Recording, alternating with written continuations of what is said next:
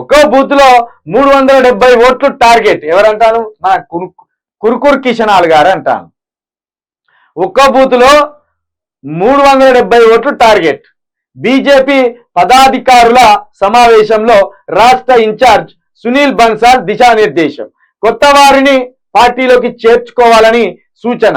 వచ్చే నెల 6న టిఫిన్ బైఠక్ నిర్వహించాలని నిర్ణయం.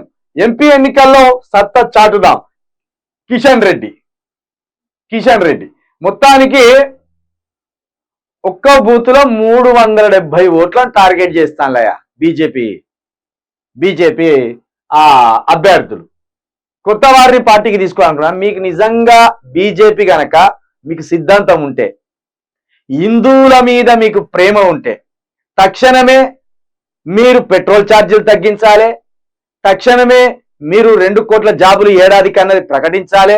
తక్షణమే రైల్వే ఛార్జీలు తగ్గించాలి.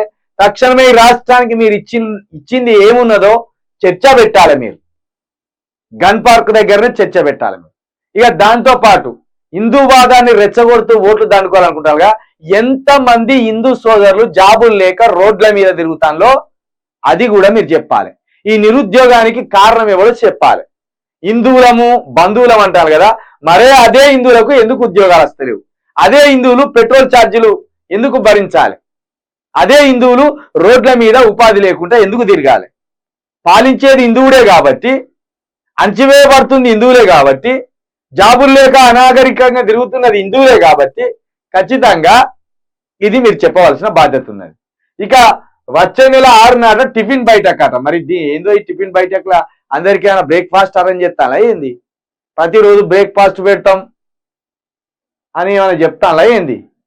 కాబట్టి ప్రజలారా, బీజేపీని మాత్రం తనితరవలసిన అవసరం ఉన్నది. కాంగ్రెస్ ను కూడా తనితరవలసిన అవసరం ఉన్నది. దీన్ని దృష్టిలో పెట్టుకొని పార్లమెంట్ ఎన్నికల్లో బీజేపీకి ఇక్కడ ఎలాంటి సహకారం అందించవద్దు తెలంగాణ ప్రజలు. ఒకవేళ సహకారం అందిస్తారా, నార్త్ పండుగలను తీసుకొచ్చి మన మీద రుద్దుతారు. నార్త్ డామినేషన్ మన మీద ఉంటది. కాబట్టి నార్త్ డామినేషన్ ఉండొద్దంటే ఈ కిషన్ రెడ్డి లాంటి బానిసలను ఒడగొట్టవలసిందే.